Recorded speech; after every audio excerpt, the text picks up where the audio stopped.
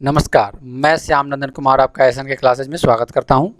आज हम लोग देखने वाले हैं 27 जून 2021 के महत्वपूर्ण न्यूज़ जो हमारे एग्ज़ाम के लिए काफ़ी इंपॉर्टेंट हो सकते हैं। हम देखेंगे दैनिक जागरण के अंतर्गत कौन कौन से न्यूज़ ऐसे हैं जो हमारे एग्ज़ाम के लिए काफ़ी इंपॉर्टेंट हो सकते हैं। तो चलिए शुरू करते हैं अपने पहले न्यूज़ से।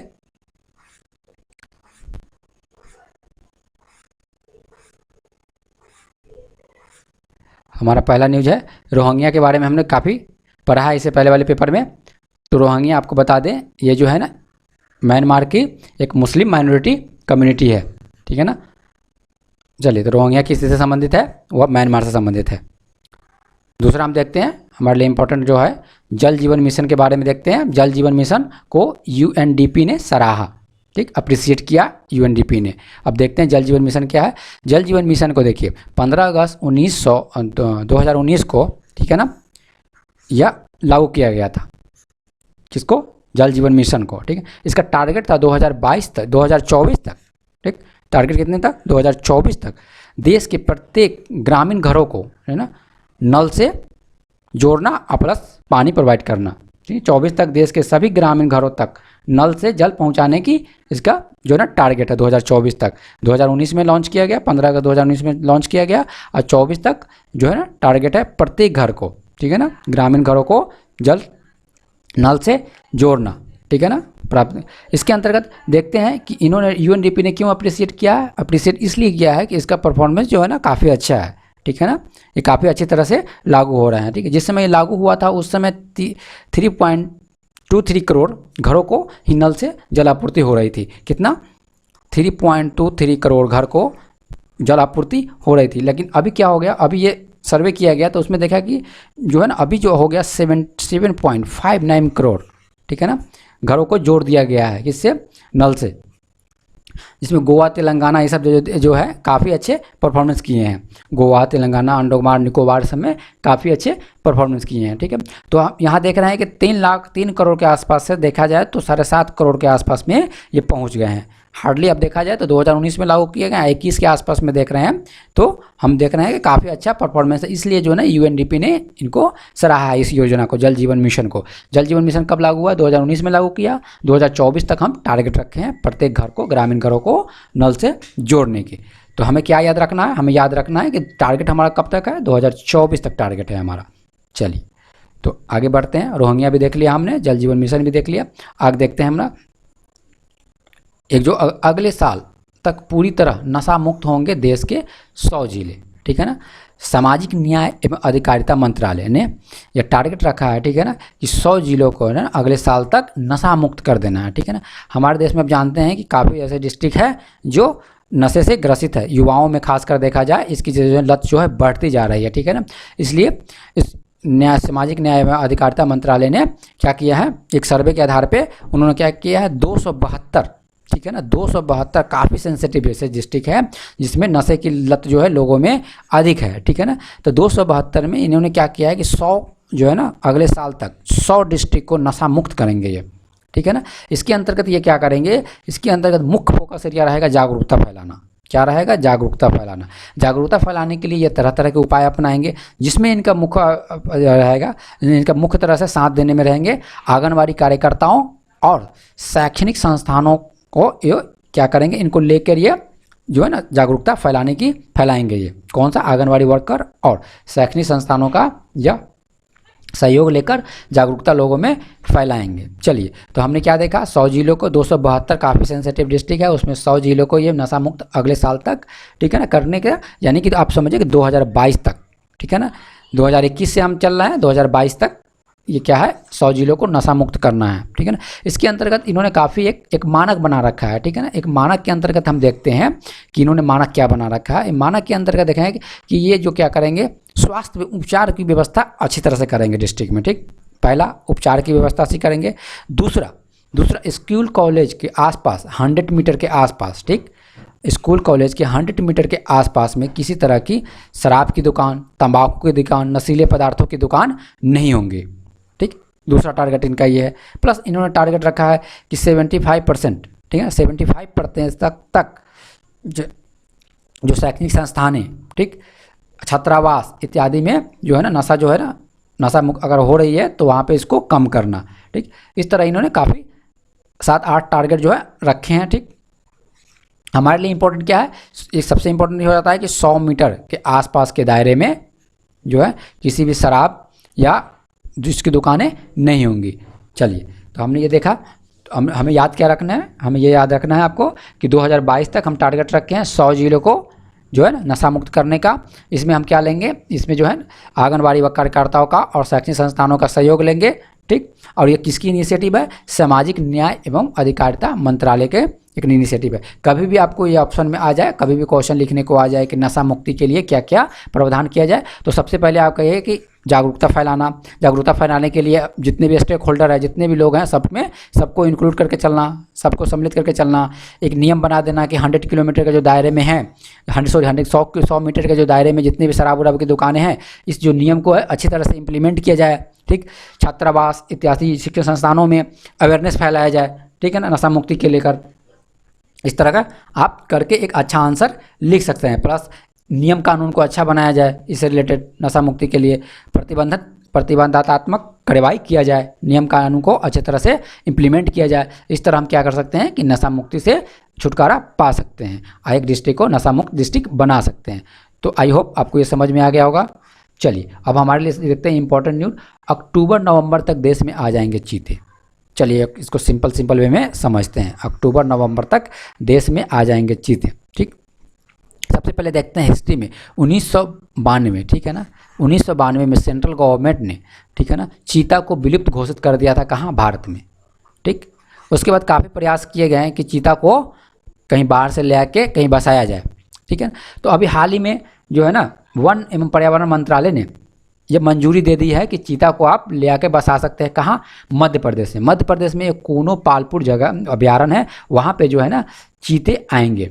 ठीक है ना, किसने परमिशन दे दिया, केंद्रीय वन एवं पर्यावरण मंत्रालय ने यह परमिशन दे दिया कि आप चीते को ले आके कहाँ, कोनो पालपुर में बसा सकते हैं। ठीक, बसाया जाएगा। ठीक, यह कहाँ पे है कोनो पालपुर, ये मध्य प्रदेश में। सबसे इंपॉर्टेंट आपको याद रखना है, कोनो पालपुर कहाँ स्थित है, कोनो पालपुर अभ्यारण्य स्थित है मध्य प्रदेश में। यहाँ चीते की संख्या कितनी होगी, चीते की संख्या होगी 7 to 8, 7 से 8 जनसंख्या हो सकती है, 6 भी हो जाए, 10 भी हो जाए, वो तो आएंगे तो पता चल जाएंगे। अभी तो अक्टूबर-नवंबर तक ऐसी बातें की जा रही है कि आएंगे। ठीक है ना, परमिशन तो मिल गया है वन एवं पर्यावरण मंत्रालय से, लेकिन कुछ इसमें जो अंतर्राष्ट्रीय, क्योंकि इसमें अंतर्राष्ट्रीय मंजूरी लेनी पड़ती है। ठीक, क्योंकि हम ला कहाँ से रहे हैं, इसको ला रहे हैं हम नामीबिया से। कहाँ से ला रहे हैं, नामीबिया से जो है ना चीते आएंगे। नामीबिया कहाँ स्थित है, इससे पहले वाले पेपर जो आप देखे होंगे 1-2 दिन पहले वाले पेपर में, उसमें बजाते हमने लोकेशन से देखा हुआ। ठीक, ये न्यूज़ इससे पहले भी आए हुए थे। ठीक, तो आपने बजाते हमने देखा था, उसमें अच्छी तरह से देखा था कि नामीबिया कहाँ स्थित है। वो स्थित है दक्षिण अफ्रीका में। आप देखेंगे तो वेस्टर्न पार्ट में जो नामीबिया स्थित है, वहाँ से जो चीते आएंगे। चलिए, तो हमने देखा कोनो पालपुर। इसके बाद सेकेंड लॉट में होगी, पहले तो आएगा कोनो, उसके बाद सेकेंड लॉट में बात की जा रही है कि उसके लिए भी 3 अभ्यारण्य को उन्होंने 3 जगह को और लोकेट किया है, जहाँ पे भविष्य में आने की संभावना। अभी तो कोनो पालपुर है, जब सेकेंड इनिशिएटिव लिया जाएगा दूसरी बार, तो उसमें भी आने की संभावना। तो यहाँ से हमारे लिए भी क्वेश्चन बन सकता है। एक तो हमको याद रखना है कि कोनो पालपुर, ठीक, यहाँ पे चीते आएंगे, ये तो कंफर्म हो गया कि आएंगे यहाँ पे। ठीक है ना, कहाँ से आएंगे, नामीबिया से आएंगे। ठीक, हमने चीते जो है हमने क्या कर दिया था, 1992 में ही सेंट्रल गवर्नमेंट ने विलुप्त घोषित कर दिया था। ठीक, अभी जो सेकेंड लॉट में जब आएंगे, ठीक, दूसरी बार, ये भविष्य की बातें हैं, तो उन्होंने बात कर रहे हैं कि ये आएंगे कहाँ पे, गांधी सागर अभ्यारण्य। आपको याद रखना, गांधी सागर अभ्यारण्य भी कहाँ है, एमपी में है। ठीक, पहला राजस्थान के एक है भेंस रोडगढ़ अभ्यारण्य, भेंस रोडगढ़ अभ्यारण्य। दो ये अभ्यारण्य हो गया। एक और कोई अभी निश्चित नहीं कर पाए हैं। ठीक है ना, उन्होंने प्लान किया है कि 3 जगह सेकेंड लॉट में जब आएगा तो ये 3 जगह आएंगे, जिसमें 2 है गांधी सागर अभ्यारण्य। ठीक, कहाँ से थे, एमपी में। राजस्थान में कौन सा है, भेंस रोडगढ़ अभ्यारण्य। ये भविष्य की बातें हो रही है। ठीक, वर्तमान में बातें ये हो गई कि मध्य प्रदेश कोनो पालपुर में तो आएंगे। ये वर्तमान की बातें हो रही है, ये तो कंफर्म हो गया कि यहाँ आएंगे। लेकिन भविष्य में भी 3 जगह और लोकेट किए जा रहे हैं, वो गांधी सागर अभ्यारण्य, ठीक, कहाँ है, एमपी में, और राजस्थान में एक है भेंस रोडगढ़ अभ्यारण्य। ठीक है ना, तो यहाँ पे एक और लोकेशन ये लोकेट करेंगे। भविष्य में जब पेपर पढ़ते रहेंगे तो हम देखेंगे कि तीसरा लोकेशन कौन सा है जहाँ पे आएंगे। तो हमें यहाँ पे इसको भी याद रखना है। हो सकता है चीते के बारे में ना पूछ के वो पूछ दे कि गांधी सागर अभ्यारण्य कहाँ स्थित है या भेंस रोडगढ़ अभ्यारण्य कहाँ स्थित है, तो याद रखना है भेंस रोडगढ़ अभ्यारण्य राजस्थान में, गांधी सागर अभ्यारण्य एमपी में। उसके बावजूद आशा ये की जा रही है कि थर्ड जो लोकेशन होगा वो में भी हो सकता है कि नौरादेही अभ्यारण्य हो सकता है, ये भी एमपी में है स्थित है, या हो सकता है मुकुंदरा टाइगर रिजर्व हो सकता है। ठीक है ना, जो थर्ड हम लोग लोकेशन की बात कर रहे हैं जो कन्फर्म अभी हुआ नहीं है, वो हो सकता है कि नौरादेवी अभयारण्य हो सकता है या राजस्थान का मुकुंदरा टाइगर रिजर्व भी हो सकता है। तो हमें याद रखना है ये 4-5 लोकेशन है। एक तो हमें याद रखना है कूनो पालपुर कहाँ स्थित है, मध्य प्रदेश में। गांधी सागर अभयारण्य भी मध्य प्रदेश में स्थित है। नौरादेही अभयारण्य भी मध्य प्रदेश में स्थित है, ठीक है ना। एक आप चार्ट बना ले, कहें नोट्स तो बनाना मस्ट भी, ठीक है ना, नोट्स तो बना ही ले आप। इस तरह क्या हो जाएगा, कन्फ्यूज नहीं रहेंगे। एक नोट्स रहेगा कि अच्छा एमपी में ये अभयारण्य है स्थित है और यहाँ यहाँ ये बातें चल रही है, तो एक नोट्स अच्छी तरह शॉर्ट बना लेंगे तो आप कभी भी कन्फ्यूज नहीं रहेंगे, एग्जाम में अच्छे से परफॉर्म कर पाएंगे। चलिए हम आगे देखते हैं अपने लिए कौन सा न्यूज़ इंपॉर्टेंट। आई होप आपको ये अच्छी तरह समझ में आ गई हो। इससे पहले भी इसके बारे में अच्छी तरह से बताया गया। आप न्यूज़ तो प्रीवियस वाले न्यूज़ भी पढ़ते रहे। 365 दिमाग में रखें, 365 न्यूज़ को 2 बार तो पढ़ना ही है, ठीक है ना। एटलीस्ट 2 बार तो एक न्यूज़ को पढ़ना ही है, न्यूज़पेपर को पढ़ना है, समझे ना। 1-2 बार अगर न्यूज़पेपर सही से पढ़ लिए तो फिर आपको कुछ भी पढ़िए उसके बाद करंट की मैगजीन उठा लीजिए, नोट्स उठा लीजिए, उसके बाद इतनी समझ में आएगी कि फिर। चलिए देखते हैं दुनिया की सबसे बड़ी वनडे टाइप बच्चे के लिए दुनिया की सबसे बड़ी वैक्सीन उत्पादक company serum institute of India, ठीक है ना। दुनिया की सबसे बड़ी जो है ना वैक्सीन उत्पादक कंपनी कौन सी है, serum institute of India. Question में आ सकते हैं वनडे टाइप के बच्चे के लिए, रेलवे वाले बच्चे, कि दुनिया की सबसे बड़ी, जानते हैं अभी तो वैक्सीन का दौर ही चल रहा है पूरी की पूरी कोविड के लिए, ठीक है ना। तो क्वेश्चन बन सकते हैं, ठीक है ना, कि दुनिया की सबसे बड़ी वैक्सीन उत्पादक कंपनी कौन सी है, तो सीरम इंस्टीट्यूट ऑफ इंडिया। आपको याद रखना है कि इंडिया में अगर कोई कंपनी बना रही है तो वो कौन कंपनी से, 2-3 का याद जरूर नाम याद रखिए, ठीक है ना, पूछ सकते हैं।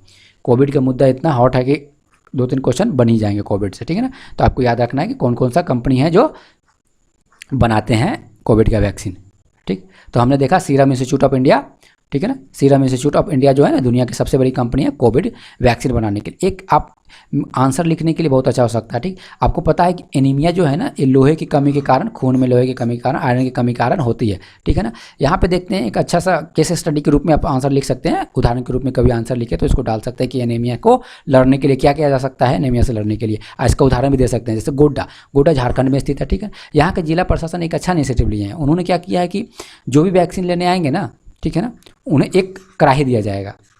क्या दिया जाएगा, कड़ाही दिया जाएगा, ठीक, लोहे की कड़ाही दिया जाएगा, ठीक। क्योंकि इस जिले में देखा गया है कि लगभग जो है ना काफ़ी जो लोग जो है एनीमिया से पीड़ित है, वो महिलाएं हैं, बच्चे हो, ठीक है ना, यहाँ तक पुरुष भी हो, जो एडल्ट पुरुष में भी एनीमिया की कमी देखी गई है, ठीक है।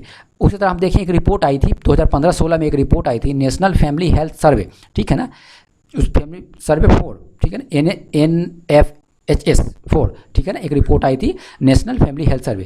तो कब आई थी, 2015-16 में आई थी, ठीक। उन्होंने नेशनल लेवल पे कहा था, ठीक है, उन्होंने नेशनल लेवल पे कहा था कि 75% महिलाएं जो है एनीमिया से पीड़ित है, 65% महिलाएं एनीमिया से पीड़ित है, ठीक है। बच्चे जो है ना 60 माह तक, 6 माह से लेकर 60 माह तक के बच्चे, ठीक है ना, लगभग 70% एनीमिया के पीड़ित है, एनीमिया से ग्रसित है, ठीक है ना। उसी प्रतिशत देखें जाए तो अब बच्चों में भी, पुरुषों में भी देखा गया कि पुरुषों में लगभग 30%, यानी ओवरऑल ये समझें, अब डाटा याद ना भी रखें, ये याद रखें कि काफ़ी जनसंख्या में एनीमिया से पीड़ित है, ठीक है ना।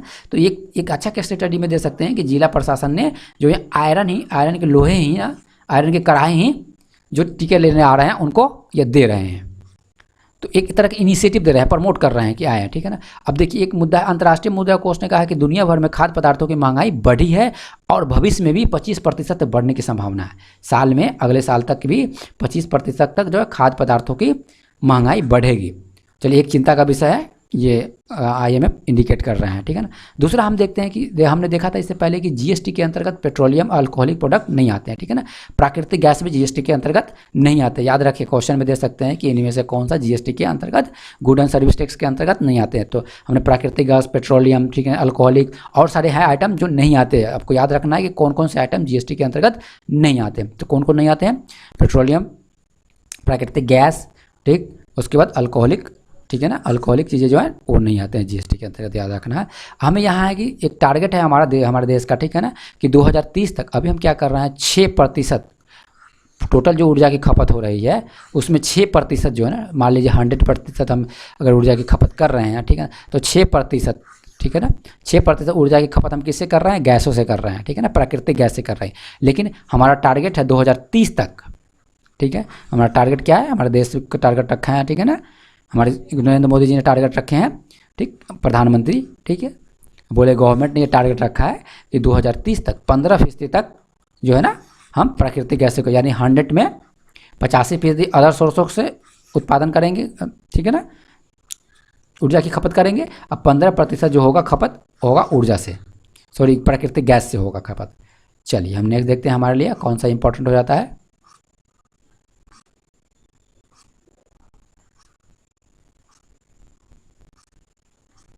दो हज़ार 30 तक 6 से 15 6 से लेके जब 6% हम ऊर्जा की खपत कर रहे हैं प्राकृतिक गैस से, तो हम करेंगे उसको 15% तक लेके जाएंगे, ऊर्जा की खपत 15% तक होगी। चलिए नेक्स्ट हम देखते हैं हमारे लिए क्या इंपॉर्टेंट है। पेपर पढ़ते रहें, प्रीवियस वाले भी पेपर पढ़ते रहें। देखिए आप अभी देख रहे हैं जयशंकर प्रसाद जो है हमारे क्या है, विदेश मंत्री हैं। कौन है? विदेश मंत्री। अभी ये प्रत्येक देशों का देख रहे हैं कि काफ़ी देशों का टूर कर, अभी हमने देखा कि गल्फ कंट्री में बहुत सारे देशों में ये गए, केन्या भी गए थे वहाँ पे, ठीक है ना, केन्या भी गए थे वहाँ पे। अभी ये पहुँच गए हैं ग्रीस। हमारे लिए इंपॉर्टेंट हो जाता है कि आप लोकेशन को थोड़ा बहुत देखते रहें। एटलस का एक मैप रखें, जब भी समय मिले 10 मिनट हार्डली 10 मिनट आप कभी भी मौका मिले दिन में देख लिया करें मैप, खासकर जो लोकेशन। जब अभी ग्रीस आया, अभी ये कुछ दिन पहले गए थे वहाँ पे क्या, केन्या में, कुवैत में, ठीक, कुवैत वाले इलाके में गए थे, ठीक, गल्फ वाले, ये सब गल्फ कंट्री हो जाते हैं, ठीक, यहाँ पे गए थे। तो आप दूसरा लोकेशन याद रखें। यहाँ देखते हैं कि ग्रीस पहुँच जाए। ग्रीस में ये देख रहे हैं, ठीक है ना, कि एक इनिशिएटिव था इंडिया और फ्रांस का, देखे होंगे कि इंटरनेशनल सोलर अलायंस, काफ़ी सालों से ये आ रहा है इंटरनेशनल सोलर अलायंस। अब ग्रीस भी क्या हो गया, ग्रीस भी इस संगठन में शामिल हो गए हैं। ग्रीस जो हो गया, पूछा जाता है कि हाल ही में कौन सी कंट्री है ना इंटरनेशनल सोलर अलायंस में शामिल हो गए हैं, तो कौन हुए हैं, वो ग्रीस भी अब इंटरनेशनल सोलर अलायंस में शामिल हो गया है। ग्रीस कहाँ, कौन सी कंट्री, किस कंटिनेंट में है, ये यूरोप में। थोड़ा ग्रीस के आसपास का लोकेशन आप देख लिया करें। चलिए आगे बाकी हम लोग जब MCQ बनाएंगे तो वहाँ देखेंगे कि ग्रीस में क्या है। मेरा ये इनिशिएटिव है कि यहाँ न्यूज़पेपर पढ़ने के बाद इसी पे आधारित MCQ बनाकर भी हम लोग सॉल्व कर दिया जाए। ये तो एक शॉर्ट नोट्स का पार्ट हो गया, दूसरा हो जाएगा MCQ के रूप में हम लोग देखेंगे।